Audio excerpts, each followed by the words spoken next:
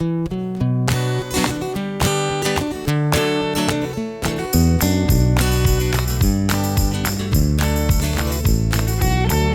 the Underpowered Hour. On this week's show, we talk about special edition Warn M8274 winch, and then we're joined for another great ANARC interview by Andrew Whittam talking about electrifying series vehicles. And now, here's the show.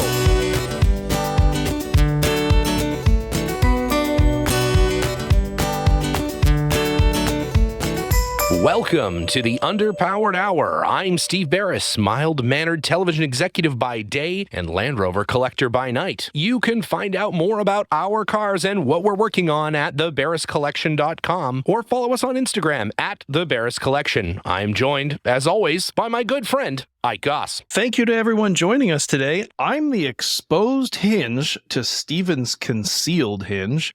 I'm the immodest hardware of podcasting, Ike Goss. I own and operate Pangle and 4x4 in Springfield, Oregon, where we live and breathe Land Rovers. Check us out online on Facebook, Instagram at Pangle and 4x4. Let's get started. All right, Ike. Well, in our long-standing series here of ANARC interviews, we have yet another wonderful interview that we recorded at this year's ANARC Diamond Jubilee, this time with a gentleman named Andrew Whittam, who has an engineering company that makes electric conversions for your classic Land Rover. He actually did one. He had one there at the show. It's very cool. So we'll get to that interview. But before that, a little bit of news, and this is news that I know you care very deeply about.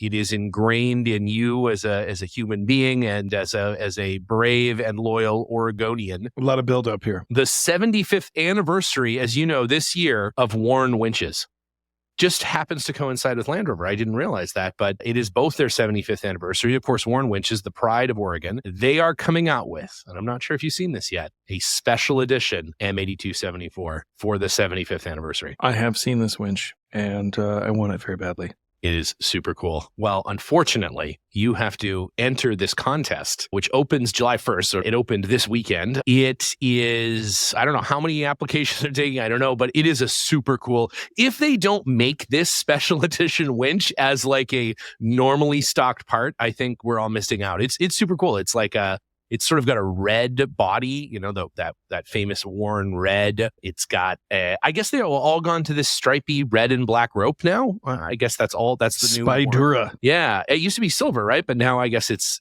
for the anniversary. They've switched it to this black and red. And yeah, it's got, you know, its side case is red, and it's pretty. I have to say, it's pretty cool looking. Striking. Oh yeah, it's neat looking. So we'll put a note in the show notes to go to Warren's site to get that. But if you go to their Instagram account, there's a bunch of things on it and stuff. But yeah, I thought you would be fond of of that particular winch. I know the 8274 is your favorite. I love the 8274. Wonderful electric winch. Great in just about any application.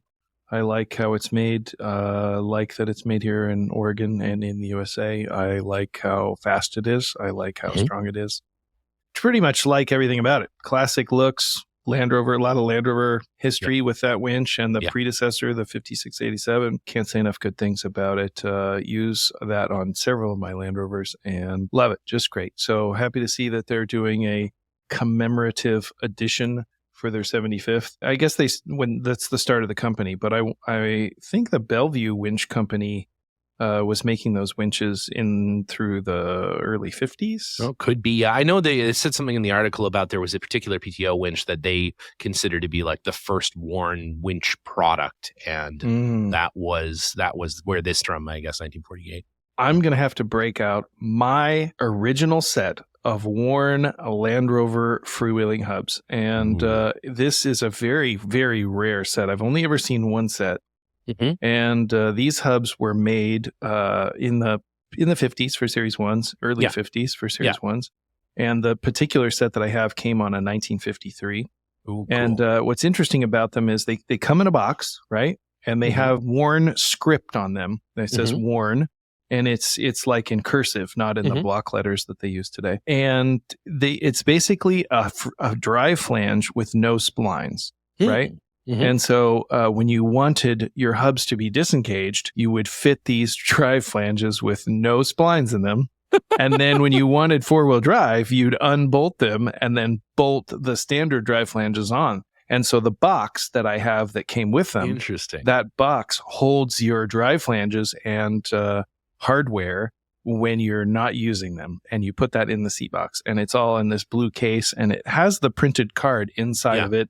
And it says it's for a Land Rover. It's a little greasy, but I'll have to take some pictures of that because it's exceedingly unusual, that piece. And that's super cool. I can't have made very many of those. That's kind of before Warn got super big, and not a that super was like practical solution to that problem, but they called them summer hubs at the time. So the idea was you'd like put them on for the season or something, and interesting, assumably not use four-wheel drive during that period of time. Right. Oh, that's interesting. That's really so to those who think that the twist-in hub locks are antiquated, it's nothing compared to taking your car apart. Yeah. Let me just quickly switch into four-wheel drive. I'll need some tarps in my toolbox and about 45 minutes, and then I'll be right with you. We'll take some pictures of that, and we'll put them up on the old social media. But that's a really neat tie-in Land Rover and Warn 75th anniversary thing. I feel like there was a missed opportunity there for some like birthday cross-promotion, like a double birthday. And that like friend, from work and you both have a birthday and they make you split a cake. Sort of one of those things, should have done it. Well, it's not too late. I guess we could still do that. There's lots got another 6 months. Lots of 23 left. We could do it. In other antiquated technology news, our very good friend Steve Owen has safely made it back to Oshkosh, Wisconsin. Congratulations to Steve. He did not die on the trip. In fact, it looked like he had a great trip back, and everybody was happy and healthy and returned to their previously known state. And it was great. So we had lots of comments after last week's interview went up, and lots of people wishing him well and not believing that anyone would drive a Series 1 automobile that far. It's very silly. Yeah, I mean, people have driven them, from London all the way to Singapore. So several times and recently. So it's very silly. No, it is silly, but good time. It's a good time. It was great to see him, and can't say enough good things about his trip. I sold Steve the engine for his Land Rover, which you probably heard about in the interview, and I'm very impressed that it held together. That engine was not one that we had restored or rebuilt. That was straight off of the pile of engines that we keep behind the shop, right between the refrigerator and the horse. That thing, it just came off the top of the pile, and he put it in, and no problems, really. That's awesome. He just had to adjust the valves at one point. I think that's pretty well it. Yeah, he had a little valve spring thing there, but got himself turned around and headed back out. So really amazing. Speaks to the durability of the Series Land Rover engine. It really is, yeah. And of Steve Owen himself. A very durable individual. Very sturdy fellow. Yeah, he is. Yeah, and thank goodness. Speaking of sturdy fellow, how was your trip back? Balance of the 6,500 mile round trip. How was the return? 3,250 miles, no significant problems. We stopped and visited a lot of places that normally I think go overlooked. Right. Minnesota, the land of 10,000 lakes. And North Dakota, I think underrated, at least that time of year. I think North Dakota kind of gets pretty warm, but I think North Dakota was great. We checked out the petrified forest. There were sun was setting, various wildflowers are blooming, bison were grazing. Singular bison, yeah. No, there were two. There was a sneaky one. Those rolling hills. They hide behind those things. They'll sneak up on you. Those bison. Jesus, yeah, you gotta look out. Yeah. What did the buffalo say to his kid when he went off to college? I don't know. What did the buffalo say to his kid when he went off to college? Bye, son. Oh, boy. Oh, boy. Anyway, North Dakota was wonderful. And then Montana's always gorgeous. A lot of nice scenery, nice stuff to see there. Visited some Land Rover people, checked out some big piles of Land Rover parts. On the way back, we looked at some various Land Rover collections, met with some Land Rover owners. It was really good. Really good. Saw lots of cars, hundreds and hundreds of Land Rovers we visited. And one Freelander.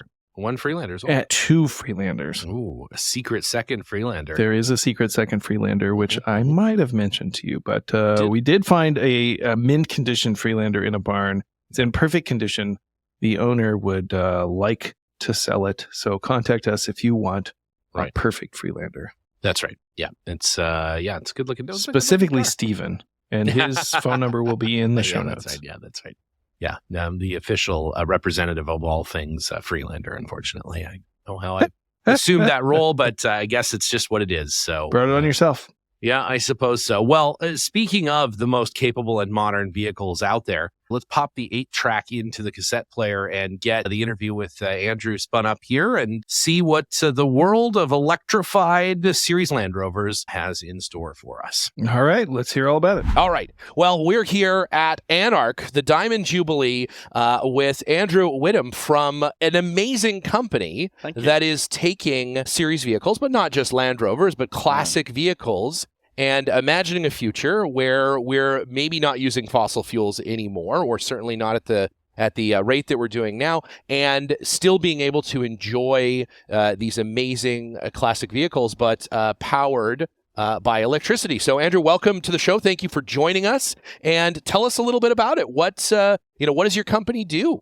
Thank you. Well, we're known as Whittam Engineering. We were previously known as EV Land Rovers. But, two reasons I think I mentioned to you earlier. That we wanted to get Land Rovers out of the name. Sure. So does Jaguar Land Rover. It's true. Yes, exactly. So you're in fine company. Yes, we weren't aware that would be a problem. And also, when we've partnered with another company in the UK, and I'm an American citizen, but obviously I'm English. Yes. And it just so happens that Premier conversion supplier of conversion kits is Electrogenic in the UK, and so we've partnered with them, and we've expanded the range of classic cars that we can do, and it's increasing almost monthly.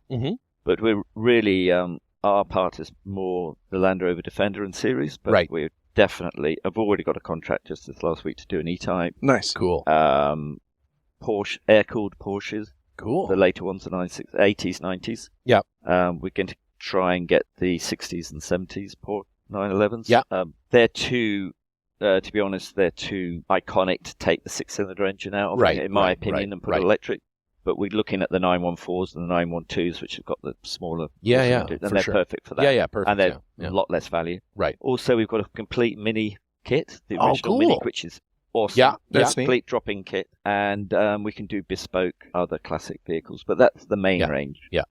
Of vehicles. So if I were to bring you, let's say, a Series 3 Land Rover with 2.25 petrol Land Rover, what could I expect from sort of range out of this new car? And is it going to feel a lot different? Is it going to be, what's the driving experience difference from a traditional petrol car to one of these converted electric cars? Yeah, really good question. We can extract a lot of power from the electric motors and torque, a lot more power and a lot more torque. But our ethos is not to go too much, too high. I mean, we don't want to put 200 horsepower and 600 foot-pounds of torque through a series. Yes, and it's just not what they're about. Yeah, so the algorithms that, it's a fancy word for saying profile for us old guys. Yeah. We profile the motors to give a very traditional experience. So you can put them in fourth gear. The prototype we've got out here, I just drive it around on the regular roads in fourth gear, and you can just put your foot all the way to the floor, and it'll only give you enough power for what the transmission can take at that time. So the acceleration is significantly better than a series or a Defender, but it's not crazy. Not so much that you're just breaking drive shafts off every time you pull away from the line. Especially with the Defender, we could put that much torque and power through instantly, and it would destroy everything instantly. Yes, of course, yeah. Like putting an LS3 in with 450 horse. It's just ridiculous. Yes. We're just sort of, to use a sort of a trendy word, we're sort of reimagining the classic experience. Right. And that's very much our ethos. We do not want to pimp out or exceed the original sort of feeling and drivability of these classic cars. And there's quite a few things on YouTube showing the driving experience under Electrogenic. They've got a great YouTube channel. So awesome. I think people buy these cars because they like that experience, and for whatever reason they're considering an electric conversion. They live in a close community. They their commute is not exceedingly long. They want that experience, but they don't want to deal with maybe the maintenance associated with a classic car, or they don't want, oil leaking out of their car, and these sorts of things. So I think for a lot of people, they're definitely considering this, or they already have an electric car and they're like, oh, I want an electric classic to, go get the groceries,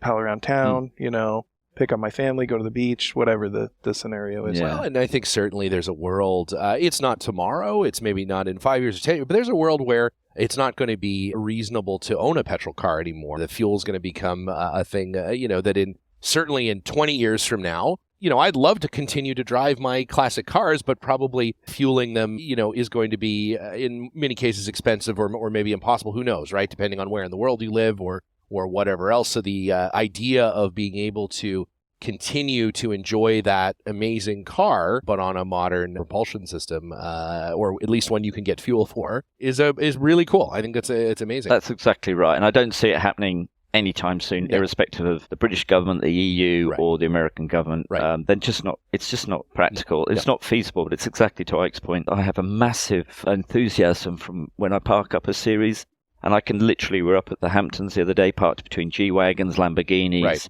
Range Rovers, and everything was getting the attention was a gnarly old, actually it was a Defender pickup. A gnarly old Defender pickup was getting all the attention.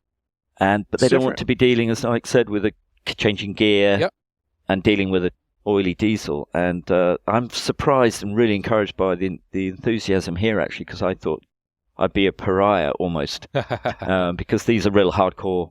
Yes, these are the oldest, oiliest of individuals that are here. The crustiest, definitely. Yeah, the oil has dried and become just a flaky substance now for most of these folks. So I think that this transition is already happening. They already have exclusion zones in certain European cities. Oh yeah, absolutely. Where you can't take your petrol or diesel powered automobile into the city center of a lot of European cities, and so if you have an electric Land Rover, that's a way to continue driving your classic and still drive into town. The other sort of group of people that we would actually would like to reach out to are eco lodges, vineyards, quail shoots, people where they could get a couple of 109s or Defender 110s, put their clients in and drive around a vineyard or that sort of thing, and take their clients around. And how cool would that be? An ultra cool vehicle and no emissions. So I have a friend that has a safari company in Africa, and he's got a safari camp, and they do like photo safaris and these sorts of things. And,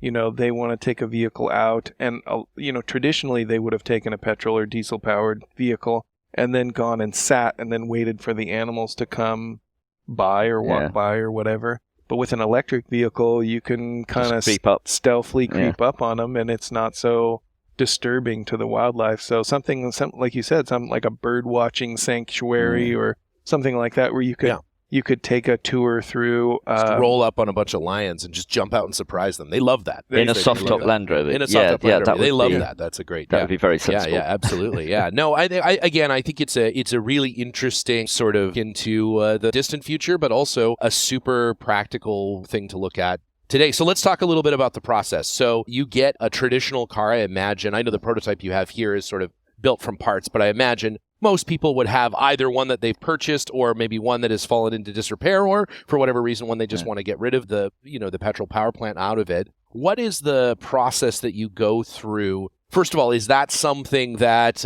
do I buy a kit from you and then I have to figure out how to do this myself? Do I bring you the car? Do you work through dealers? How does it work? Yeah, really good questions. Two things. We've got two more in the pipeline which need restoration, new chassis, bulkheads, etc. That's going to be it as far as Whittam Engineering are concerned, because as we all know, the amount of work that goes into a restoration is far more than you can ever pretty much charge for. Right. I've got two companies already here, even today, very interested in supplying us with their customers' cars that they've done.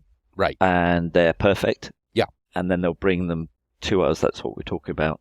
To install the electric, to do the power plant, and the battery pack, etc. I think that's our niche, and we're going to go away from. I don't mind doing the odd little repair, but we're definitely going away from that whole restoration thing, and that would be great. You're laughing. Yes, it makes sense. Yeah, no, it makes total sense. Yeah, no one should do that. I don't blame you. That's very smart. It's a lot of work. The pack, in terms of the actual. It's reasonably simple to install. The amazing kits, and I'd encourage anybody to look at the website, which I'm sure you'll have a we'll put it all in the show notes for sure. Yeah, absolutely. There's a lot of information on there, and it's just very simple. Nothing is cut. I have to emphasize that. Nothing is cut or removed that can't be replaced. Right. And I've got a commission to do an E-Type Jaguar, and that just comes out as one complete unit and the whole electrification straight onto the rear drive shaft. Interesting. It picks up on any of our vehicles the existing motor mounts and gearbox mounts. So the process is that somebody contacts us, they want to do the conversion, and we'll work with them. We'll give them a contract of priority of focus. So we'll work with that customer. The lead time on the kits from being commissioned to being delivered to us is about 3 months from the UK. Okay. Yep. So it's not that long really, but they're so expensive they can't hold. I guess Electrogenic will hold a few kits, but at the moment they're made to order. Right. So it's about a 4-month process to get it into your vehicle. And they don't strike me as an enormous company, so I imagine it's also a labor thing as well, right? They can only build so many of them and things. And we are ramping up. The process is ramping up quite rapidly. There's enough demand to. Oh, absolutely, yeah. Oh, there's too much demand. That's why, not too much. There's never too much, but that's why the lead time is as it is. But it's pretty perfect at the moment because people want to use their Land Rover, they want to use their E-Type, etc. for the summer. So now we're looking at if people start ordering now in the next couple of months, it's going to be a winter project, which will be perfect for next year. But then we'll want to have a backlog to get the vehicle in. They'll only lose their vehicle's use for about, it should be a lot less, but I'm saying a month. Right. I want your vehicle for a month. Right. So even if it's May, June, even July, we can get it in and out. That's but quick. It's the lead time. Yes, it's a lot quicker than doing a conversion. Sure. Yeah. I mean, a restoration. So the lead time is the main time. And that can occur any time during the year. Right. But one thing I'd like to emphasize, there's absolutely no way, and I've had a few people get a bit cranky with me, wanting to buy the kit and doing it themselves. Right. And I'm saying, great, go and buy the component. I've spoken to another couple of very high-end engineering people here, and they've turned their nose up on that as well, because they realized that you can buy a bunch of components,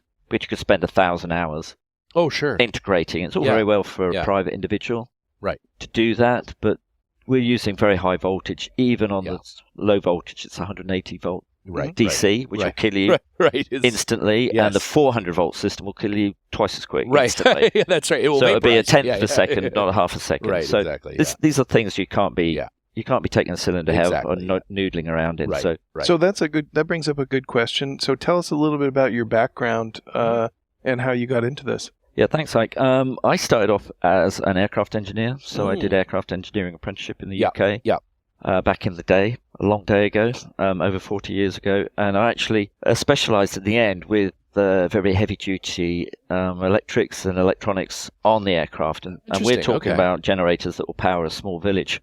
On an aircraft. It's a massive amount of energy that we were dealing with. So my whole background actually is electronics and electrics. And the main reason I specialise in that is because I could stay inside rather than be outside in the cold and the rain. Right. Good call. Yeah. And ever since that, even though I went into the flying side of it, I've had to, for many places I've lived, like in Papua New Guinean places, you had to be a licensed engineer as well. And I kept up, even from the 60s, my father he was in the military, and we would be driven around in a lightweight, all unrestrained in the back of the lightweight, bounced around, and we were living in Cyprus at the time. I've had them in Papua New Guinea, in the outback of Australia. I've always had a series or a Defender, and then over the last few years I have been importing them into the UK and doing private commissions to restore and supply mainly Defenders. And then a few years ago we started our company, and that was because of COVID, as well as opportunity for a friend of mine who's got an amazing 1920s factory. Oh, cool. And he wanted me to do a 911 electric, and I said, no way. I said, but we could do series Land Rovers, and that's basically how we started. Excellent. Oh, that's very cool. Full-time, building the prototype, and doing a few other Defenders in the meantime, and a couple of series. For the last 3 years, the company's actually been officially in existence. Oh, cool. So high voltage engineering, it's in your blood to a little bit. Yes, it was. Yeah. So definitely. Not to lick your fingers quickly before touching the orange cables. Yeah, not a good idea. Yeah. Well, that's great. Yeah. And I think that it's such an interesting market that there's all these different options that you can do. There's, all kinds of companies doing things. But, I obviously, Ike and I are very much in the idea of it should be professionals do the best sort of work. And this is extremely dangerous stuff, and not even the vaporizing. But the idea that you guys have been through it and you've figured out the torque curve and you've figured out, how to not just break things immediately, I think that's really cool. And I don't think the market is quite mature enough yet to have easy turnkey kits to be able to just drop into cars. No, you can't. Maybe one day that will be the case. But certainly now I think it's better for your vintage vehicle. It's certainly better for all the very expensive electronic components. to probably have experts involved there. Yeah, I'd encourage people to have a look at the websites because they're a very, very cool system. It's completely integrated. All the nasty stuff is very heavily secured. Glycol cooled, and lots of protections in terms of the electrics, the motor, the battery management system. That is all integrated in very secure laser cut steel boxes and can only be opened by a professional person who's trained to do that. So they shouldn't be frightened of it in any way. Mm-hmm. It's when you start, you're not going to get your Tesla and start pulling out the batteries on that. Yeah, that's right. It's not something you do in the yard so much. Just get out there and change the oil in your Tesla. And what is the maintenance cycle like on one of these cars? There is no maintenance cycle. Yep. It's literally... We guarantee 2 years and 20,000 miles, which is very unlikely for anybody to do that. That's our base guarantee, 2 years, 20,000 miles. And they're all OEM, LG or other manufacturers' batteries. They're not something that you or I could just access on the open market. Yeah. So very high quality batteries, and battery technology is changing all the time. But they should be good for 200,000 miles, which is, far beyond the average classic car user. Essentially, there is no maintenance. Only the brakes, the LT230 gearbox. Yeah, a little bit. Yeah, whatever. It's just the standard. Yeah, wheel bearings, that sort of stuff. Yeah. But long wearing parts. Completely maintenance. What's very cool is we developed a mount that goes from the motor into the transfer case, or in the case of an E-Type, straight to the rear axle, and it's got a reduction gear in it, a helical cut reduction gear, obviously professional grade. And you can choose the different reduction ratios depending on the vehicle, but generally the Defender or the Series would be what we recommend. You could choose, if you were going to use it for off-road, slow stuff, I guess you could change the You could even go to an even torqueier gear. Yeah. Just one thing I want to emphasise, though, and I know I spoke to you earlier about it, we're of a standard where we've got a contract by the Department of Defence, the UK one, Ministry of Defence, to provide 4 prototypes for the British Army. For Defenders. 2 of them are kind of like Wolf ones, and the other 2 are like the Pink Panther with the big machine guns mounted onto them. So that kind of says about the quality of the engineering, and the standard of the strength, and obviously they're going to be hammered to death. Yes, for sure. As in proving trials. So those will certainly do over 20,000 miles. And really, I think the motors are all IP68 or 67. Okay. So. Yeah, totally waterproof. Totally waterproof. You can put those through. I would imagine you could probably put them through at least 3 or 4 foot of water. Certainly can cover them in water. Very cool. Everything's completely sealed. Completely sealed. So when we started this conversation, I didn't realize it was about electrifying a Land Rover to use as an electric power plant. I thought it was like making the outside of the Land Rover electrified. An anti-theft. And security device. So I think if you do it yourself, that could happen. That could happen. Yeah, that could happen. I know you're saying that tongue-in-cheek, Ike, but literally, without a word of a lie, when I lived in Papua New Guinea, it was so dangerous. We would drive through electrified fences, literally with mains. We would drive through them. We'd drive the vehicle, and we had a big clamp, and we'd clamp 210 volts to the, because it's UK Euro voltage, and we'd put that clamp on. We'd go inside, and we'd turn a big switch, and we would electrify the vehicles to stop them being stolen. And so if this is something I wanted to do to my car, you can help. You could help. Yeah. No, there's maybe the liability would be. It's a grey area of legality. But, I did not say that. We even had mesh in the walls and the windows, and everything was electrified. Wow. Wow. Yeah. So yes, we cannot do that. You cannot do that. Okay. Cannot do that. Sounds like you can. And finally, so if I'm looking to, if I have the car, save the restoration, all that sort of stuff, but I want to take a vehicle, and what's the sort of average cost for doing a conversion like this? If I've got the car and it's sort of ready to go, and I'm going to bring it to you or have the folks restoring it for me, bring it to you to put in the electric power plant, what is the sort of ballpark? I know it's obviously probably much to the spec that you choose and the kind of vehicle that you're doing, but I can't sit here and pretend that it's cheap. Right, yeah. It is not a cheap conversion. We do offer what we call the agricultural Defender process, and that's mainly a UK-based thing for farmers who still use Defenders, and they're dragging around 4 tons of hay, which is actually a video on the website as well. That we don't really recommend, especially for the US, because the motor is the smaller motor, and it's literally just to drive you around your farm and go to the pub.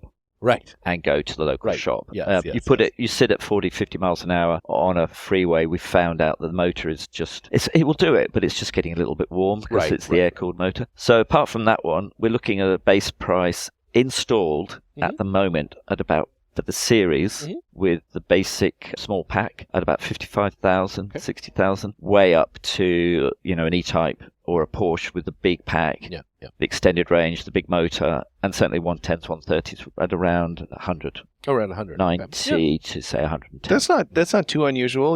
I feel like a lot of people are spending $20,000, $30,000, $40,000 on an engine conversion. Yeah. And then that doesn't even include the, transmission and drive lines and cooling system and all the other things that you need for that. So I don't think that's really too bad. Yeah, and I imagine that the economy of scale there, the availability of part, that's only going to get less expensive. Absolutely. The batteries, we're estimating, looking forward to the battery prices to come down significantly. And that is the biggest.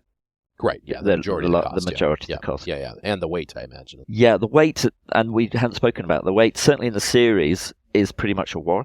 By the time you take out a 485-pound diesel motor, and obviously a 300 TDI or something similar, with a big pack, which you can put in the 110 because we put the extra battery pack behind the rear axle where the original gas tank is. I'm estimating that I think they're about 40 or 50 kilos, so say 100 pounds heavier.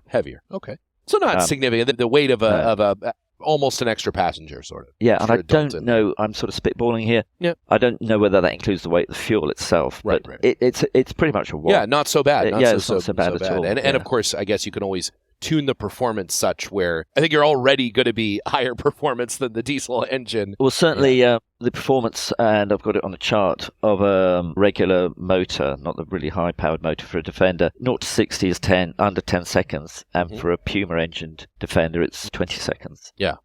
So they are significantly faster, but not ridiculously. Right. So it more than compensates for that. So if you wanted ridiculously faster... we will not do that. Right. If you want to go to turn, but it just doesn't. It just keeps going. Yeah. We're very much derating the motors for this series because there's no point doing 80, 85. With 120 horsepower, which we could put into the series. We're derating that motor down to about 85, and it's very linear. You don't get 85 horsepower from go. 250 foot-pounds of torque at zero. At zero. It feeds in. Yeah. Well, I think, and we were speaking about this before too, I think the sort of magic part of it is to keep the joy of the original car, the some of the whimsy of these cars that are, powered appropriately and are fun to drive and all of that, and not make them into something that they're not, right? I mean, it's not an electric go-kart. It's a little Land Rover, and it should sort of still feel like driving. Absolutely, Land Rover. So and I even the that. guys who've got the Defenders, and we look out here and there's all these amazing Defenders, and I'm sure some of them have been bumped up significantly. Yes. It's the same way I feel about putting an LS3, or there's a guy at the moment putting a Hellcat SRT 700 horsepower and a lifted 90. I mean, it's just insane. Yeah, no, I'm already picking out my outfit for his funeral.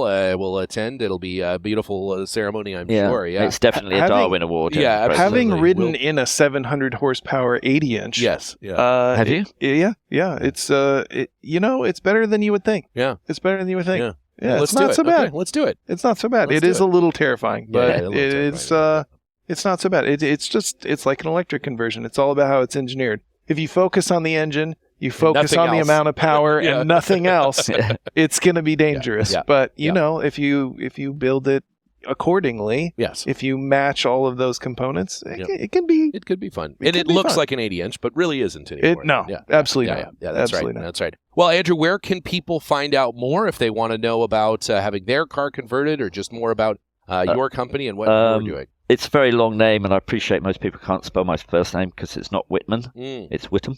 WhitthamEngineering.com, and certainly through Electrogenic, without the S, electrogenic.co.uk. Put obviously it all in the show notes as well. Great. Yeah, we're not new, but it's a new and exciting part of the Land Rover experience, isn't it? And classic car experience. Absolutely. It's great. I think there's definitely a growing niche for this type of vehicle, and I think demand is just going to increase. I get customers that call all the time asking about electric conversions. Can we do an electric conversion? And, I think there is a tendency among Land Rover enthusiasts, generally speaking, to buy this car because they want it to last a long time, or basically indefinitely. So I think some of the things you said about, your warranty and how long you expect the car to last is really reassuring, because some of these people, they want to buy this car and have it almost as an heirloom. They want to keep it for a long time. They want to use it for a long time. And I think that this is becoming more possible.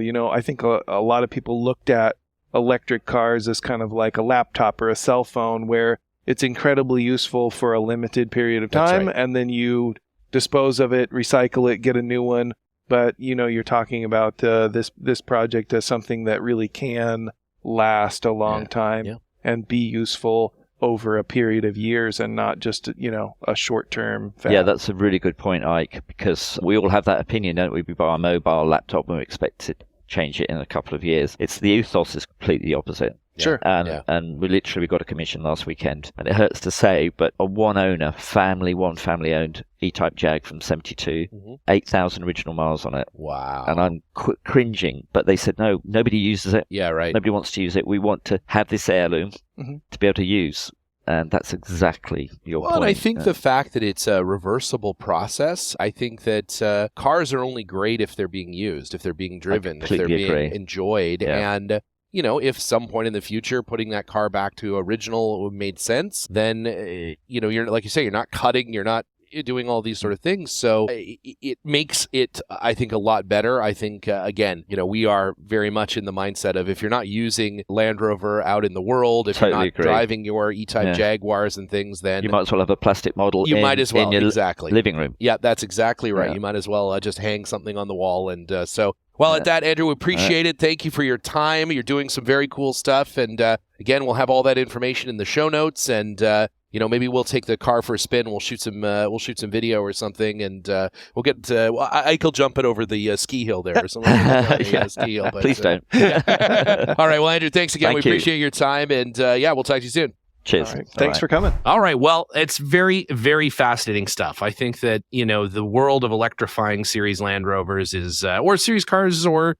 vintage cars in general, is something that we're definitely looking at in the future. There's no avoiding it. It's happening now. Yeah, it's happening now. Engines are running out. Fuel is becoming something where there's a question again next year, but something to think about. So it's kind of cool that there's companies out there that are doing the customization work and the drop-in kits and things, and that there's more and more firms like Andrew's that are doing this work that you can. I think the more you get, the more advanced they will become, the more durable they'll become. So if you're an early adopter, maybe something to consider. Yeah, it's kind of cool. If that third engine in your car is finally blown up, maybe it's time to consider electric. I certainly think. I'm going to reach out to Andrew about Freelander electrification. I think that may be my next. Smart. Yeah, it's just like you can only do so much before it's just time to abandon the drivetrain entirely and go full golf cart. So I like it. Yeah, I don't dislike it. I think it might be the way to go. But at any rate, all right. Electric Freelander. If you haven't headed over to our Patreon to check that out, we ask you to take a gander, take a look over there, a little look-see, see what's going on. We've got some privileged and proprietary content on there. We've got some tasteful nudes. We've got all kinds of stuff. If you donate to our Patreon, the Land Rover gods will shine down upon you. It's true. Exactly. It's true. It's Pass the collection plate. Here it comes. Exactly right. It's like a cult sort of a thing. It's tithing. It's Land Rover tithing. I mean, you're already putting all those absurd parts and things into your Land Rover, knowing that it's not going to make anything any better. Why not help us in the process? So we'd certainly appreciate it. And at the same time, if you haven't checked out our YouTube channel, heading there and watching things, liking and subscribing, putting it on for your cat while you're not there, letting them watch it while you're at work really helps us out as well. So anything, we're not saying you have to watch it, but man, if it's on in your house, we certainly do appreciate it. So with that, I think, unfortunately, that's all the time we have. So we have run out of time again for your Nando's review. I apologize, but damn it. We'll make sure we schedule it into a future episode. All right. See you soon.